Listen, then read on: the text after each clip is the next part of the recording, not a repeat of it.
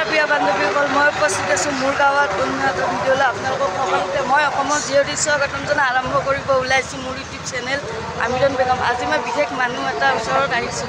তেওঁ বিশেষ কাৰণে আপোনালোকে হয়তো দেখিলে ক'ব যে তেওঁ কোন বিশেষ আহকচোন। আজি জাষ্ট দুটা কথা ক'বৰ কাৰণে আহিছোঁ। এইজন বিশেষ মানুহজন আজি আপোনাৰ যতীন দা প্ৰথমতে আপোনাক সুধি খবৰ কেনে? আছোঁ ভালেই। আমি এতিয়া আহিছোঁ গণেশগুৰি থিয়েটাৰ কৰিব কাৰণে জেগাত আহিছে। মহাৰাজ আছে গীত আৰু আস্থা ভাল। সিহঁতে গীত আহিছে, আস্থা আহি পোৱা গীত মানে হোষ্টেলৰ পৰা আহিছে আৰু আস্থা তাই আহিব এইখিনিৰ ভিতৰতে আহিব। বাকী আমাৰ গাঁৱত আহি কেনে লাগিছে?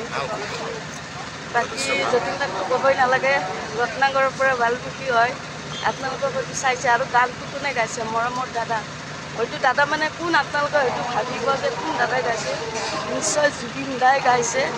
নাজানো তিনিটাই বিশেষ মানুহজন আজি মোৰ কাষত বহি আছে।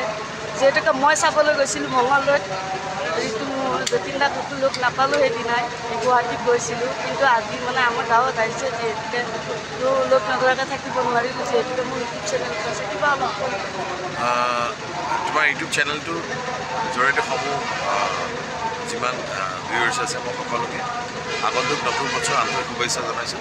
এই বছৰটো সকলোৰে বাবে সুখৰ শান্তি হওক। Very very happy advance. Thank you. বেছি সময় নলওঁ কাৰণ আমাৰ ইয়াতে টাইমো হৈ গৈছে। সেইটো